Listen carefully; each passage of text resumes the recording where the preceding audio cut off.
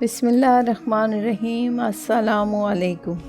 اللہ کا فرمان، وہ لوگ جن کو ہم نے کتاب عطا کی وہ تم کو اس طرح پیغمبر حق پہچانتے ہیں جیسا اپنے بیٹوں کو پہچانتے ہیں، اور بلا شبہ ان میں سے ایک فریق حق کو چھپاتا ہے اور وہ خوب جانتے ہیں کہ وہ حق کو چھپا رہے ہیں۔ یوحنا کی انجیل میں حضرت موسیٰ علیہ السلام کی وصیت بھی حضرت محمد صلی اللہ علیہ وآلہ وسلم کی بشارت کے لیے شاہد عدل ہے۔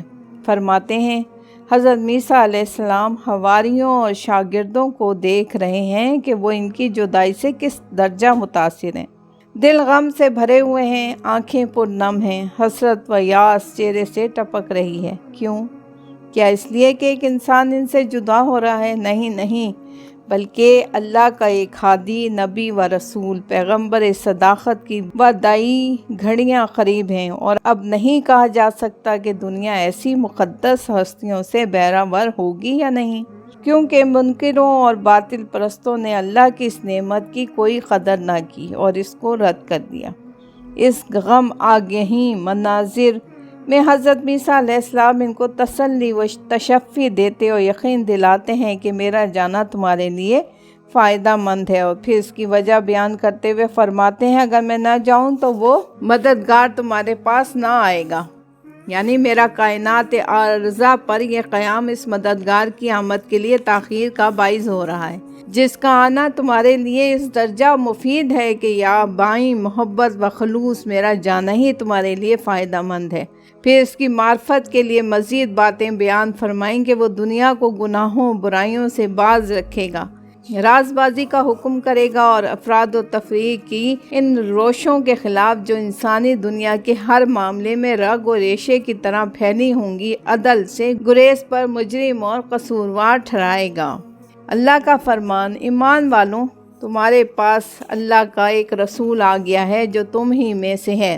تمہارا رنج و کلفت میں پڑنا اس پر بہت شاق گزرتا ہے، وہ تمہاری بھلائی کا بڑا خواہش مند ہے، وہ ایمان والوں کے لیے شفقت رکھنے والا، رحمت والا ہے۔ اے پیغمبر، اگر اس پر بھی یہ لوگ سرتابی کریں تو ان سے کہہ دو، میرے لیے اللہ کا سہارا بس کرتا ہے، کوئی معبود نہیں ہے مگر صرف اس کی ذات، میں نے اس پر بھروسہ کیا، وہ تمام عالم ہستی کی جہانداری کے عرش عظیم کا مالک ہے۔ محمد صلی اللہ علیہ وآلہ وسلم اللہ کے رسول ہیں، اور جو لوگ صحابہ رضی اللہ تعالیٰ عنہم ان کے ساتھ ہیں وہ منکروں پر سخت ہیں اور آپس میں نرم خو ہیں۔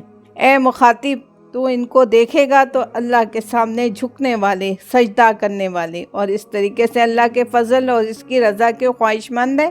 ان کی یہ نشانی یہ ہے کہ ان کے چہروں پیشانیوں پر سجدے کے نشانات ہیں، اور یقیناً یہ قرآن جہانوں کے پروردگار کا اتارا ہوا ہے۔ اس کو روح الامین جبرائیل علیہ السلام نے اللہ کی جانب سے تیرے قلب پر نازل کیا، کیونکہ تو اللہ کے نافرمانوں کو ڈرانے والوں میں سے ہے۔ یہ صرف عربی زبان میں ہے اور اس کا ذکر گزشتہ پیغمبروں کی کتابوں میں ہے۔ ایک مرتبہ خود حضرت محمد رسول اکرم صلی اللہ علیہ وآلہ وسلم نے انہی بشارات کی جانب اشارہ کرتے ہوئے فرمایا، میں اپنے باپ ابراہیم علیہ السلام کی دعا ہوں اور عیسیٰ علیہ السلام کی بشارت ہوں، یعنی دعا خلیل اور نوید عیسیٰ۔ قرآن عزیز نے دعا ابراہیم علیہ السلام کا ذکر اس طرح کیا ہے۔ ترجمہ، اے ہمارے پروردگار، اہل عرب ہی میں سے ایک رسول بھیج جو ان پر تیری آیات پڑھے اور ان کو کتاب اور حکمت سکھائے اور ان کو ہر قسم کی برائیوں سے پاک کرے، بے شک تو غالب اور حکمت والا ہے۔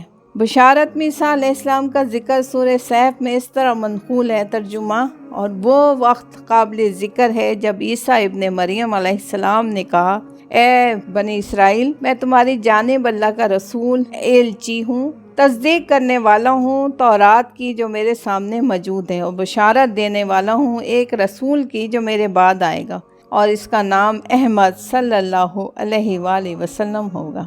تاریخ ادیان و معلن شاہد ہے کہ حضرت عیسیٰ علیہ السلام کے ظہور پر تقریباً 6 صدیاں گزر چکی ہیں، اور معمورہ عالم اللہ کے پیغمبروں کی معرفت حاصل کی ہوئی صداقت حق کو فراموش کر چکا ہے۔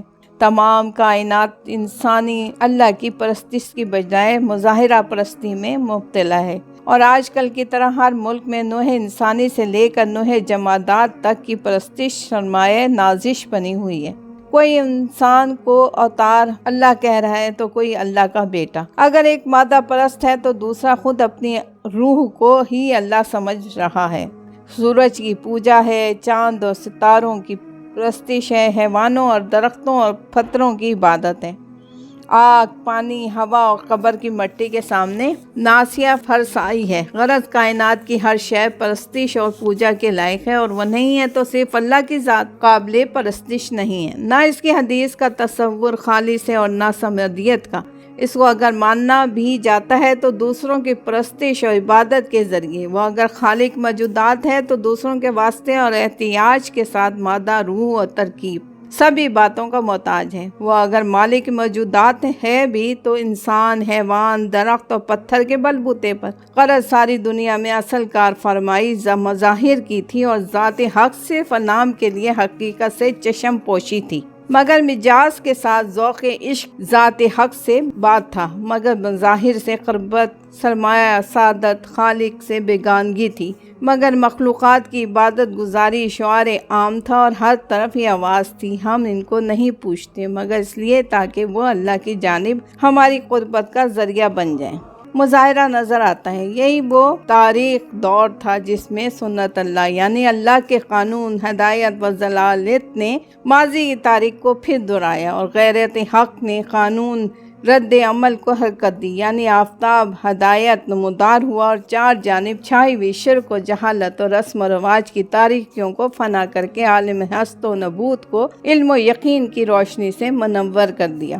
صبح صادق کا سہانا وقت اور پیر کا مبارک دن، ربیع اول کی 9 یا 12 تاریخ اپریل کا مہینہ سن عیسوی 581 تھا۔ نور مجسم، محسن اعظم، پیکر عظمت، سراپا شرافت، اللہ کے آخری رسول حضرت محمد صلی اللہ علیہ وآلہ وسلم نے اپنے وجود مسعود سے دنیائے کائنات کو مشرف فرمایا۔ کائنات ارض و سما کا ذرہ ذرہ بخیہ نور بن گیا۔ فضا میں شور مسرت و شادمانی سے دھوم مچی۔ 650 برس کے بعد صفحہ عرض پر ملائکہ رحمت کا نزول ہوا۔ توحید و اللہ پرستی کا اجڑا ہوا چمن مسکرایا۔ شرک و بے ایمانی کے ایوانوں میں زلزلہ آیا کہ توحید و اللہ پرستی کے سب سے بڑے معلم نے جنم لیا۔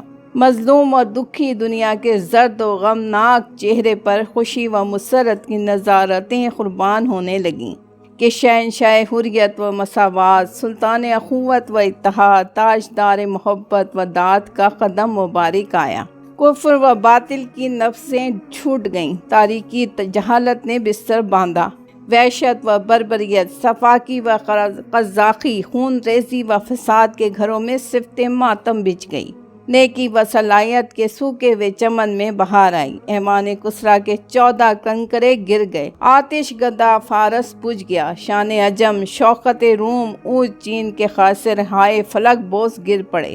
حجیم شر، آتش کدا کفر، آزر کدا گمراہی سرد ہو کر رہ گئے۔ خانوں میں خاک اڑنے لگی، بت گدے خاک میں مل گئے، شہرازہ مجوسیت بکھر گیا، نصرانیت کے اوراق خزاں دیدہ ایک ایک کر کے جھڑ گئے۔ مظلموں اور بے کسوں کے بے قرار دل کو قرار آیا، غلامی کی آہنی زنجیریں پانی ہونے لگیں۔ معصوم بچیوں کا خون، ناحق ان کی حفاظت و ذیانت کے چہرہ معصوم پر غازہ حسن زندگی بھر کر نمودار ہوا کہ حق و صداقت علمبردار، معظم علم و عرفان کا معلم، اعظم اتفاق و اتحاد کا پیکر، مجسم عدل و انصاف و مساوات و اخوت کا قائد مکرم یعنی حضرت محمد صلی اللہ علیہ وآلہ وسلم، یتیم عبداللہ، جگر گوشہ آمنہ، شاہ حرم، فرمان نروائے عالم، شہنشاہ کونین، عالم اقدس سے عالم امکان میں تشریف لائے اور عزت و اجلال ہوا۔ باغیان فطرہ نے دنیا عالم کو پیغام مسرت سنایا کہ چمنستان رحمت کا وہ گل نگین کھلا جس کی نگر بیزیاں اور دل برائیاں رہتی دنیا تک شام عالم کو مہتر اور دیدہ بینا کو مغیر کر رکھیں گی۔ رخسارہ کائنات کو غازہ حسن ازل ملا، چہرہ ہستی کو شاید ابد سے زینت نصیب ہوئی کہ اس جان محبوبیت نے اپنے قدم سے دنیا کو نوازا، کہ جس کا ثانی نہ ازل میں تھا نہ ابد تک ہوگا۔ حضرت محمد صلی اللہ علیہ وآلہ وسلم کے والد ماجد حضرت عبداللہ انفوان شباب میں صرف 24 سال کی عمر میں آپ کی ولادت بسعادت سے پہلے ہی رحلت فرما گئے تھے، اس لیے آپ صلی اللہ علیہ وآلہ وسلم کے دادا عبد المطلب کو آپ صلی اللہ علیہ وآلہ وسلم کی ولادت سے بے حد مسرت ہوئی۔ بزدہ ولادت سنتے ہی دوڑے آئے، فرط مسرت سے پھولے نہ سمائے، گود میں اٹھا لیا، چوما اور پیار کیا۔ حصول برکت کے لیے اسی وقت خانہ کعبہ میں لے گئے، وہاں حضور قلب سے چشم پر نم پوتے کی صحت و عافیت کی دعائیں کی، دھوم دھام سے عقیقہ کیا، موذین کی ضیافتیں کیں۔ جب نام کے متعلق پوچھا تو بے سختہ زبان سے نکلا، میں اپنے لختے جگر کا نام محمد رکھوں گا صلی اللہ علیہ وآلہ وسلم۔ خاندان والوں نے کہا، یہ انوکھا نام آپ نے قبیلے کے نام سے جدا کیوں رکھا ہے؟ آپ نے اس کے جواب میں جو الفاظ کہے وہ دریائے حقیقت کے بیش بہا موتی بن کر اب لالا بعد تک چمکتے رہیں گے۔ فرمایا کہ یہ نام اس لیے رکھتا ہوں تاکہ میرا بیٹا بڑا ہو کر دنیا بھر کی تعریف و توصیف کا مستحق ہو۔ اے خوش نصیب بزرگ عبد المطلب، یہ آپ نے نہیں کہا بلکہ حضرت محمد صلی اللہ علیہ وآلہ وسلم کے خالق نے کہلوایا۔ بڑے ہو کر دنیا بھر کی تعریف و توصیف کیا۔ دنیا و کائنات ارض و سما کا مالک اللہ پاک ازل سے اس تیرے نونہال کی تعریف و توصیف کر رہا ہے۔ اللہ نے توریت میں حضرت محمد صلی اللہ علیہ وآلہ وسلم کا وصف بیان فرمایا ہے، چنانچہ اس میں ارشاد ہوا ہے، محمد صلی اللہ علیہ وآلہ وسلم میرے بندے اور میرے رسول ہیں، امت پر شفیق ہیں، تمام خالق کریم میں ان کو عطا کروں گا، اور سکینہ کو ان کا لباس، اور نکوکاری کو ان کا شعار، اور تقوی کو ان کا ضمیر، اور صدق کو ان کی طبیعت بناؤں گا، عفو اور احسان کو ان کی عادت، اور عدل کو ان کی سیرت، اور حق کو ان کی شریعت، اور اسلام کو ان کی ملت، اور ان کی امت کو بہترین امت بنا کر لوگوں کے لیے نکالوں گا۔ جزاک اللہ۔